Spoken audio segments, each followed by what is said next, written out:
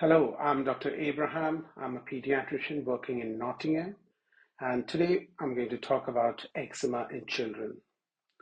What is eczema? It is also known as atopic dermatitis, which is a chronic inflammatory skin condition that can leave dry, itchy patches and red and swollen patches on the skin. The common areas that these can happen is the flexures of your arms or legs, the face, the hands, and the bends of your knees. What are the principal symptoms of eczema? The hallmark of eczema is essentially intense itching, and this can be quite debilitating, especially when they are infants and they struggle to scratch but would be having very unsettled periods of time. It can also lead to dry and scaly patches, and in severe cases can cause oozing and discharge, suggesting a possible secondary infection. What are the triggers for eczema in children?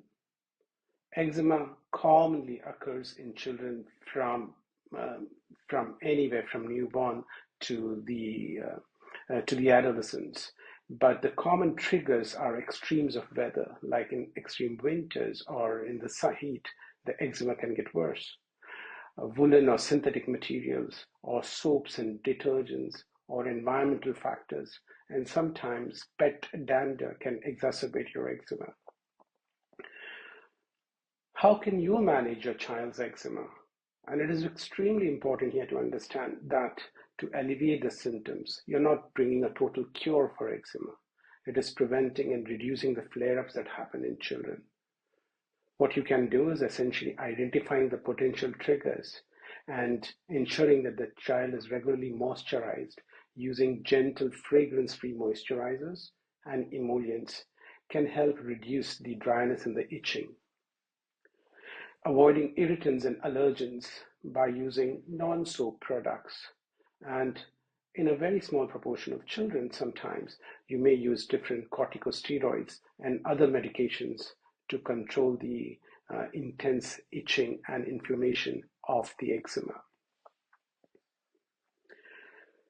Why is it important to seek medical advice?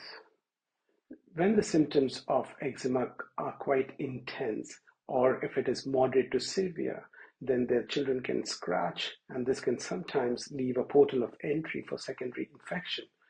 And these can be potentially viral infections or also bacterial infections, which can sometimes lead to more significant and serious problems. It is then, and even before, if you seek medical advice, to get on top of the eczema, as we know there is no cure for it, but you want to reduce the flare-up and bring the eczema level to as much as it can be controlled. And also identifying the triggers for eczema, especially with your child, knowing your child if woolen clothes can trigger it or synthetic detergents can trigger.